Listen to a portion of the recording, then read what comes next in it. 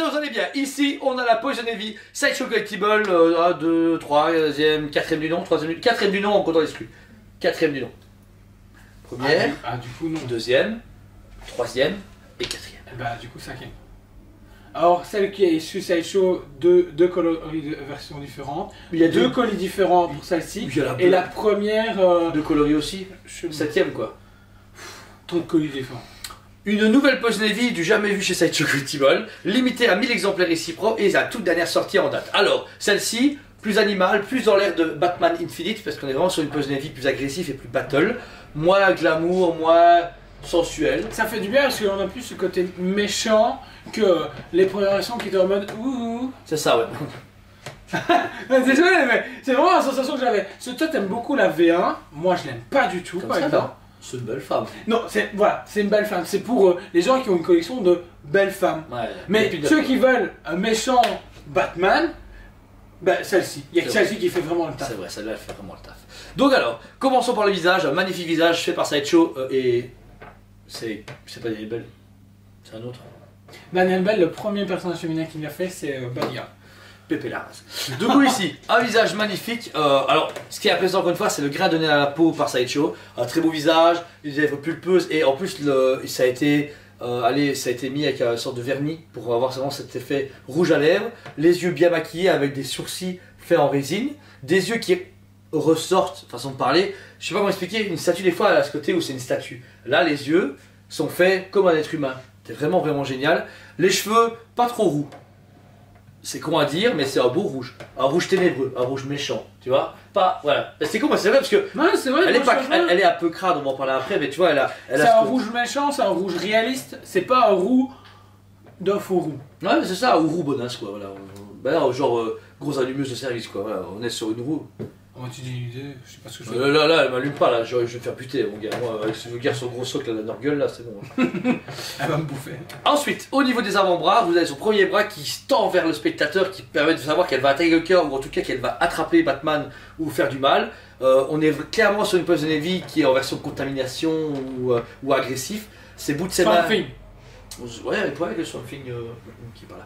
Et doigts rouges, légèrement tâté pour vraiment se faire cet effet ronce d'une rose, etc.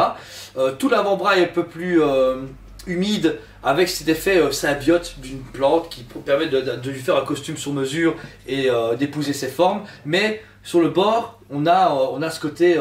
On a justement, pas ces lianes, mais ces racines qui viennent comme si c'était justement ces veines et comme on a l'impression qu'ils sont incrustés à l'intérieur d'elle. Un peu comme, bah ouais, comme tu as dit, Venom, au final, quand il tient Spider-Man. Ouais, ou Eddie Brock. Eddie Brock, pardon. Eddie Brock. Harry Osborn. Ou Harry Osborn, si tu veux. Ou Sauron. Kratos. Ça peut être Hulk. Ouais. Groot. Iron Flux.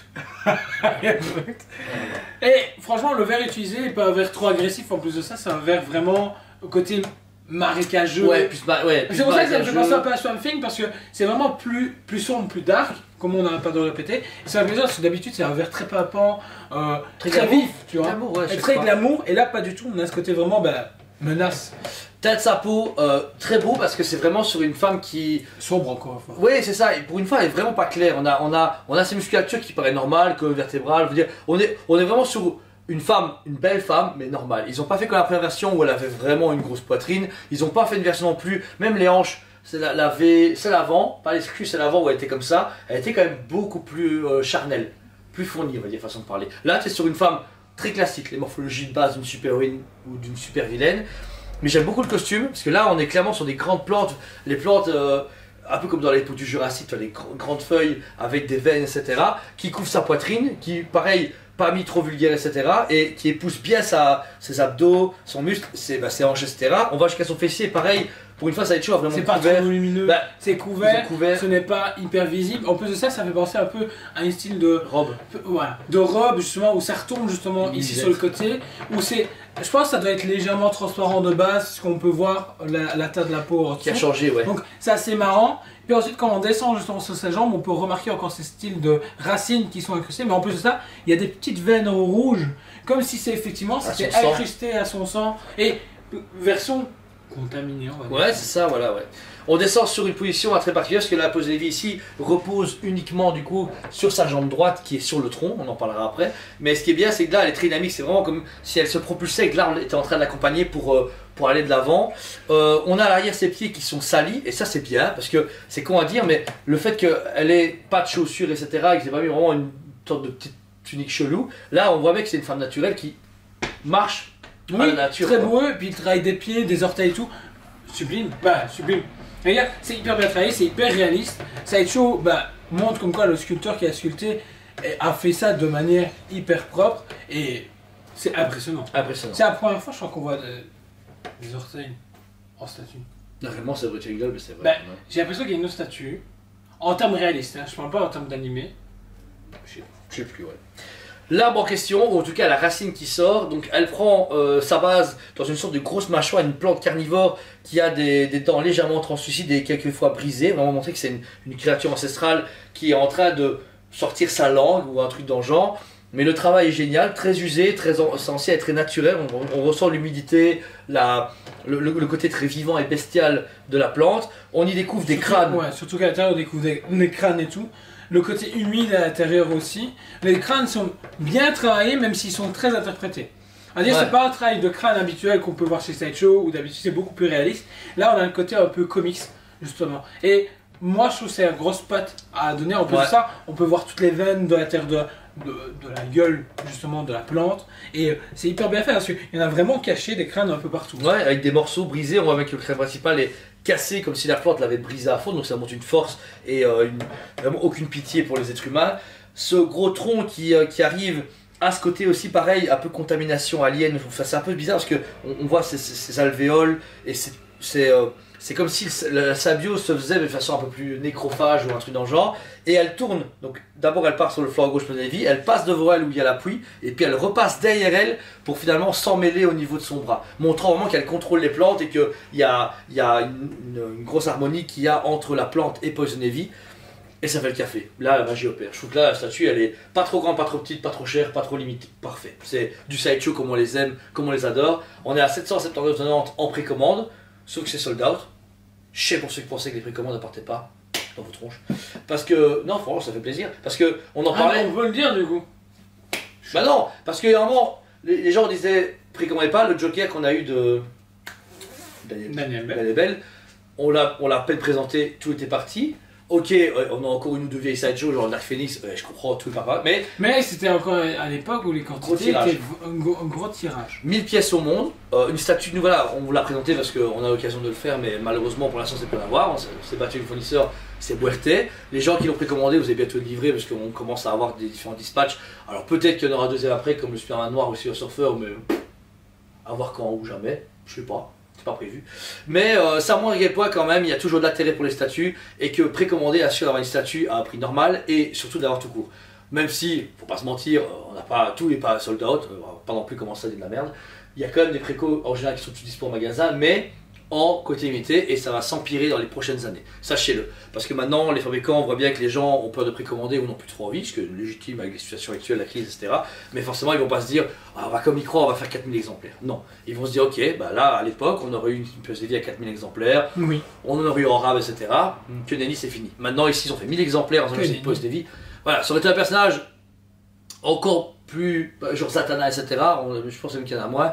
Ils vont adapter maintenant aux précommandes. Nous, on va quand même commander en confiance, on va en prendre, mais maintenant, même nous, on casse nos précommandes parce que beaucoup de gens nous offrent des boîtes, comme on l'a dit souvent, et que maintenant, on se dit, ok, vous arrivez, voilà, 30, 40, 50%, lui, il s'appelle pas, machin, il s'appelle Jean-Luc, on commande, pareil pour Paul, pareil pour Paula et machin, etc. Mais si un mec se pointe, voilà, 50 balles, je paie le reste après, non, ça marche pas. Ça marche plus, on peut plus parce qu'après on se retrouve avec des problèmes de stock et machin, on va plus raconter 10 000 fois. Et il y a un moment, il faut savoir aussi jeter dans le vide pour y croire. Moi, à Poison Ivy, j'ai dit aux gens de la précommander, ceux qui nous ont eu confiance, vous savez pas, ils sont super contents parce que la statue elle est dingue, elle est géniale et sincèrement elle va même côté parce qu'elle est vraiment originale. Je trouve que c'est une des plus belles Poison Ivy sorties récemment. Vraiment. Non, oui, non, parce que franchement, les sculptures chez Sideshow, j'ai jamais vu en vrai. Elle est cotable. Oh non, elle est parfaite. J'ai vu les reviews de Sideshow, elle est vraiment belle, franchement. Je pense qu'elle peut rivaliser avec celle-ci, mais celle-ci est vraiment. Waouh, elle est sur. Hop, un peu moins de 800 balles, elle fait le café. On va dire, magnifique, elle va dans la gamme actuellement avec futurement le Padawan qui doit encore arriver, le Joker un peu macabre. En fait, t'as une collection un peu plus adulte, mature, dark, et je pense que ce qui est très intéressant, et en plus de ça, même s'ils vont pas dans cet univers-là, ils peuvent aller avec le Batman avec l'éclair. Côté plus dark, tu vois. Ah oui, ça va, ouais, ça tu vois ouais, Parce qu'il est interprété, c'est pas non plus les très 100% de Miller, donc ça peut fonctionner, et franchement, chapeau Sideshow. Elle irait bien avec la Formule 1, mais elle irait mieux avec le Batman avec les pierres tombales. Ah oui. Ah, ça là. Oui, oui, à 4000 exemplaires. Ouais. Je me le rappelle pas. Ouais, qui sera même en bleu. Ouais, c'était Sideshow, il était fait chier. Mais ouais, effectivement, ou... Ah non, on pourrait pas. Mais ce serait cool, un nouveau Batman un peu plus dark. À 6000 exemplaires. Putain. Vous savez, les gens, ils n'ont pas compris. Ouais, ça, donc voilà, malgré tout, si vous êtes intéressé à la pièce, n'hésitez pas à nous contacter, car la on statue... peut toujours vous placer sur la liste d'attente, Ouais. sans souci, sans compte rien, nous on peut rien vous prendre non plus. Donc voilà, on peut vous tenir au courant sans souci si on voit qu'il y a des pièces qui se libèrent ou un nouveau dispatch, ça peut exister aussi, mais pour l'instant, on n'a aucune nouvelle de ce niveau-là. Magnifique statue, 10 sur 10 pour l'équipe, on adore vraiment le produit, félicitations à Sideshow, collaborateur depuis maintenant 30 ans cette année, 30 ans de collaboration qui franchement est fantastique, ils ont prouvé maintes et maintes fois ce qu'ils ont, le niveau, la logistique etc, ils ont eu des coups bas et quelques problèmes avec le temps, mais ça reste à des leaders sur le marché et qui proposent des produits fantastiques en Marvel, en DC, en Star Wars et en indépendant. Pas mal de précommandes sur le site, vous pouvez voir que plus ou moins en un an vous êtes livré, c'est le cas, il y a un an on a eu la préco, eux ils ont toujours un bon délai, il y a rarement des gros retards chez eux, donc si vous voulez faire confiance à eux, n'hésitez pas. Donc voilà, c'était Julien Jordan de Toy Spirit TV, on vous aime beaucoup et on vous dit à très bientôt. On vous aime beaucoup et on vous dit à très bientôt.